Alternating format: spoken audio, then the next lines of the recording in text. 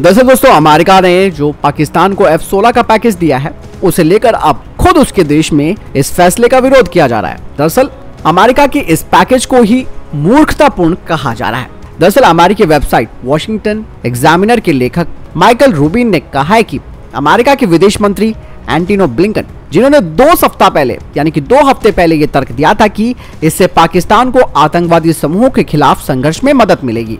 ये स्टेटमेंट उनकी तरफ से आया था, एंटनी ब्लिंकन की तरफ से। लेकिन दोस्तों अब इस दावे को न्याय संगत नहीं कहा जा रहा है, क्योंकि इस रिपोर्ट के जो लेखक है उन्होंने कहा है कि ज्यादा संभावना है कि पाकिस्तान अपनी वायुसेना का बलूचिस्तान में अपने ही लोगों के विरुद्ध इस्तेमाल करेगा और बलूचिस्तान में पाकिस्तानी सरकार का जो कुप्रबंधन है उसे देखते हुए वहां बड़े आंदोलन खड़े हो चुके हैं। पाकिस्तान जिन हथियारों का अपनी जनता के विरुद्ध इस्तेमाल करेगा उसे उपलब्ध कराने का बाइडेन का ये जो फैसला है वो अटपटा और जोखिमों से भरा है। बहुत बड़ी बात बोली है दोस्तों, और यह हकीकत है।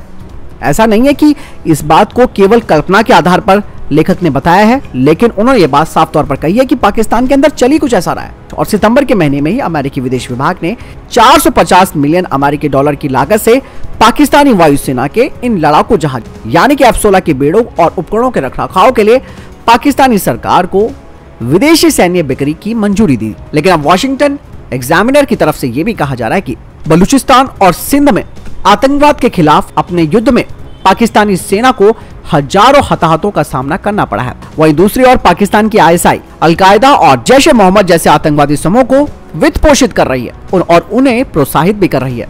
दरअसल दोस्तों ये भी कहा जा रहा है कि जब तक पाकिस्तान ISI नेताओं को देशद्रोह के आरोप में रोकने का फैसला नहीं लेता है, तब तक अमेरिका को पाकिस्तान की ये जो पीड़ित कथा है उसको नजरअंदाज करना चाहिए।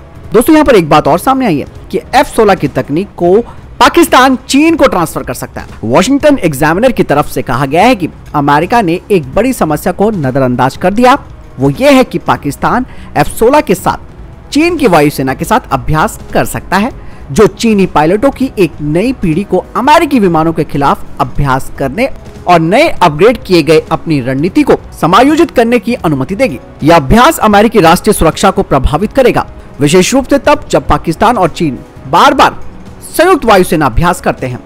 इसमें से चीन और पाकिस्तान के द्वारा संयुक्त रूप से निर्मित JF-17 थंडर और चीनी निर्मित F-7 इंटरसेप्टर भी शामिल है। आपको मैं बताना चाहूंगा कि दिसंबर 2020 के युद्धाभ्यास में ट्रंप प्रशासन के डर से पाकिस्तान ने अपने लगभग 75 जो F-16 थे उन्हें नहीं उड़ाया।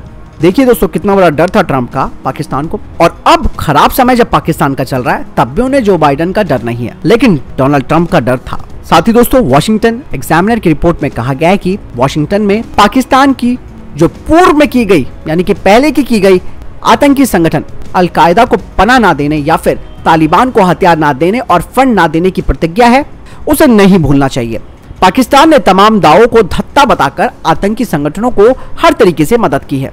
इससे पहले भी यह देखा गया है कि पाकिस्तान ने बार बार चीन को अमेरिकी तकनीकों का उपयोग करने की अनुमति दी है ताकि चीनी कंपनियां इसे रिवर्स इंजीनियरिंग कर सके, और बाइडेन और ब्लिंकन बार बार ऐसी नीतियों का अनुसरण कर रहे हैं जो कूटनीतिक तौर पर राष्ट्रीय सुरक्षा को कम कर रही है। तो दोस्तों यहाँ पर चीजें बिल्कुल साफ हो चुकी हैं कि किस तरीके से अमेरिका खुद अपने जाल में फंसने वाला है, और अब तो उसके देश के अंदर के जो लेखक हैं वो सब इन बातों को सामने ला रहे हैं। भले ही दोस्तों डोनाल्ड ट्रंप को बुरा कहते हैं लोग, लेकिन पाकिस्तान के खिलाफ और उनको जो एक बड़ा पैकेज दिया जाता था उसे ट्रंप ने ही रोका था, लेकिन बाइडेन के आने से सब कुछ उल्टा हो गया है। और यही नहीं, खुद ये जो अपग्रेड किए जाएंगे पाकिस्तान के F-16 उनकी नवीनतम तकनीक चाइना के पास भी पहुंच जाएगी। आपको क्या लगता है कमेंट सेक्शन में लिखकर जरूर बताएगा। मिलता हूं नए वीडियो के साथ। जय हिंद, वंदे मातरम।